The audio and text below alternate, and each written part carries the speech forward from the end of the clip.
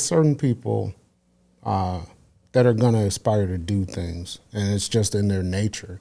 Some people are not, some women are not built to just be stay-at-home mothers or stay-at-home wives.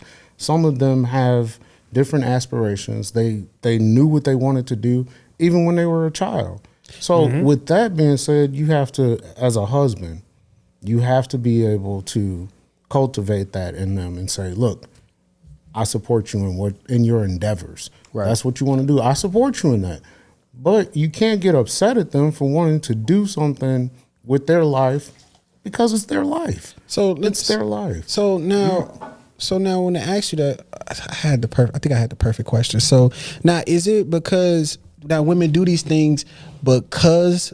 Is it really because of this men, like what you say, men not falling and doing what they supposed to do, or is it because we not looking back into what they experienced in their past life that make them want to be the way they are?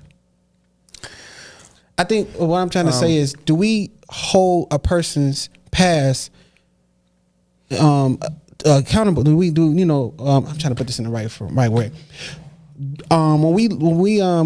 What makes a person, all right, let me see. Okay, my bad, y'all. So a person, you need no drink, man. I think that's what it is. That's what it is. No, man. He's starting to trip because he ain't sipping up. No, man. I think that's what it is. He's sipping. I'm tripping right now. So I'm saying, like, do we ever like look at a person's past, and to understand the person, until why they are like this, why they do this, and why they be like this? Yeah, absolutely. Men are inherently more logical than women, so we think a lot. You know what I'm saying? We don't necessarily use our emotions a lot. And, there's something that can be said about that. But for the most part, we think a lot, and we're very quick on our feet in terms of our thought process. So absolutely, we look at a woman's past and we look at what she's been through and we take that into consideration. And because of that, we tend to feel sorry. And then, we want to be able to fix.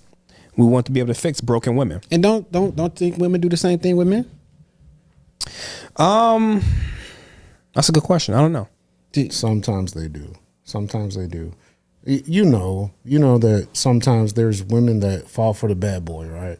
Yep. The one who's always into trouble, the one who they always got to go bail out of jail and all of that.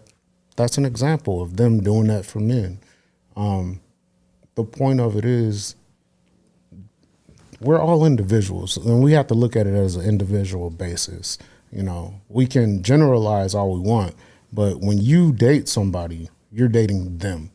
You're dating what they've gone through. You got to take their experiences into consideration, but you also have to be in the moment. You got to be in the moment. You got to know them for who they are right now. Hey, you dating that person's past, present, and into the future.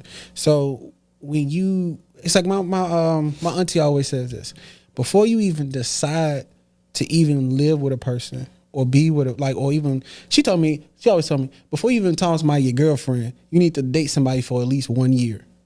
Date them for a year. And in that year, you're going to find out everything you possibly need to know.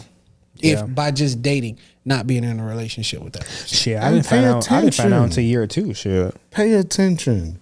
Not just be wrapped up in the way that person looks. Absolutely. The way that they smell. That's the problem. You know what I'm saying?